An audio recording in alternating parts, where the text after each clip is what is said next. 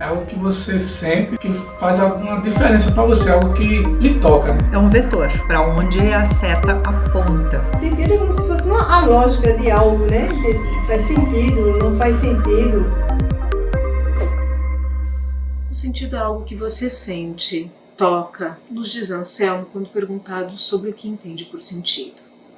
Se por um lado essa fala pode nos levar a pensar nos sentidos humanos e na forma como pelo corpo nos relacionamos com o que está ao nosso redor, também nos leva a fala de Anselmo a entender que o sentido é material, é tangível, se constrói para cada um de nós como algo que pode ser de certa forma tocado, ou que nos toca, produzindo as realidades com as quais nos relacionamos. Se você me diz, por exemplo, eu quero ser livre, e eu te pergunto, mas o que é ser livre? Provavelmente, no primeiro momento, você vai me dizer, ser livre, ora.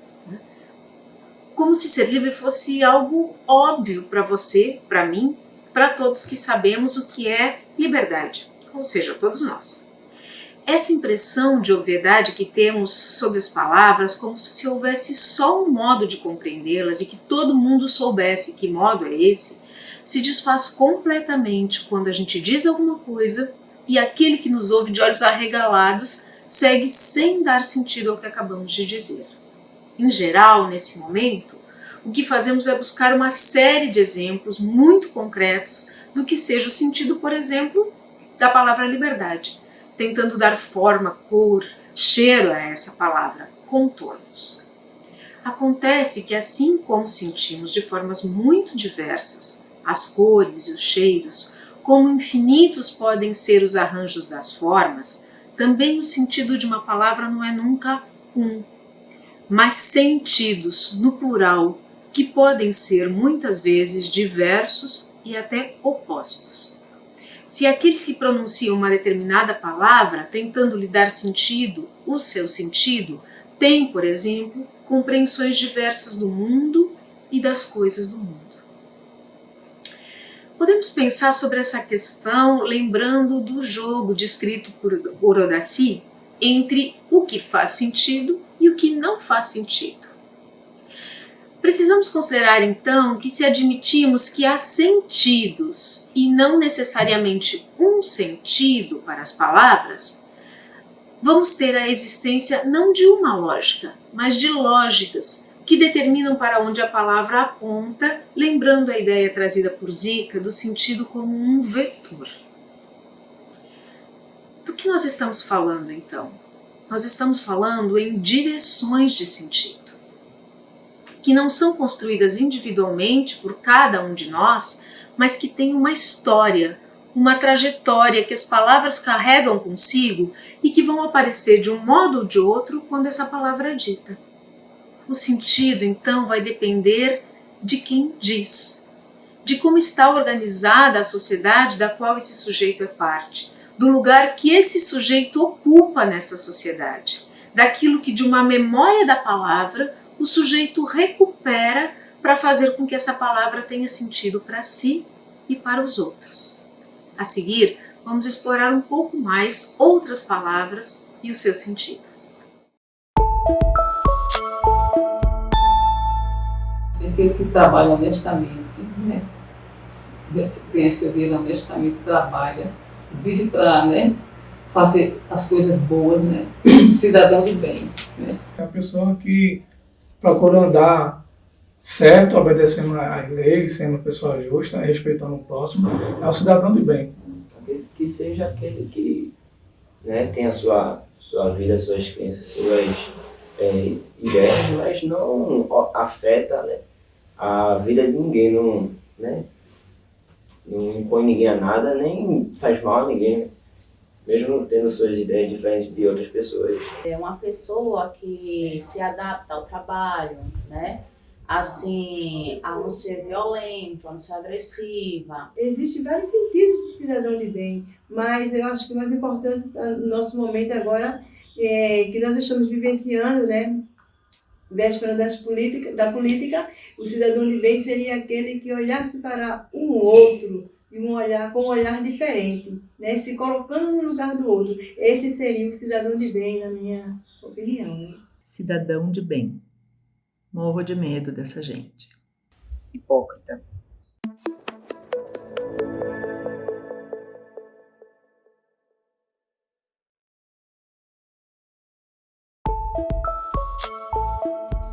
Acabamos de ver uma interessante citação de Piaget de um texto em que o autor, entre outras questões, fala sobre o sentido. Ao falar do sentido, ele aqui nos provoca a pensar que o sentido das palavras, expressões e enunciados estão no centro da luta ideológica de classes, que se realiza também no campo da linguagem. Voltemos à fala dos nossos entrevistados. É muito interessante observarmos nessas entrevistas, nessas falas, que o sentido de cidadão de bem se constrói a partir de uma relação com o trabalho. Aquele que trabalha, aquele que ganha o seu dinheiro honestamente, que se adapta ao trabalho. É muito interessante pensar sobre isso no momento que estamos vivendo no Brasil. E podemos fazer isso, por exemplo, a partir dos dados do IBGE.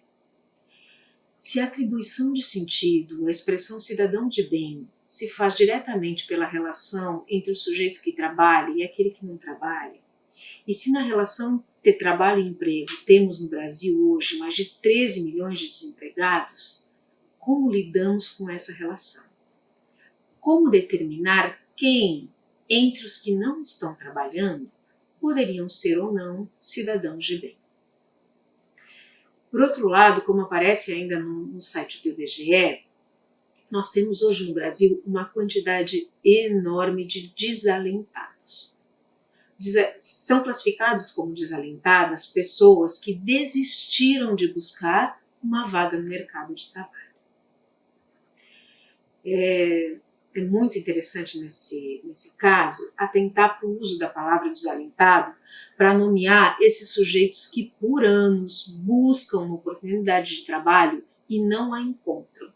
Ou porque são muito jovens, ou porque já são idosos, ou porque não têm experiência, ou por uma série de outras razões que não são mencionadas, mas que nós sabemos que determinam essa exclusão, como cor, raça, gênero, sexo e condição social. Hoje no Brasil são 5 milhões de pessoas nessa condição, 5 milhões de desalentados. Se a relação entre ganhar a vida honestamente por meio do trabalho é o que define um cidadão de bem, poderíamos dizer então que essas pessoas não se adaptam ao trabalho e, portanto, estariam fora dessa categoria que chamamos cidadão de bem? Ou seria o caso de nos perguntarmos, talvez, quem são os cidadãos de bem? O que significa ganhar a vida honestamente?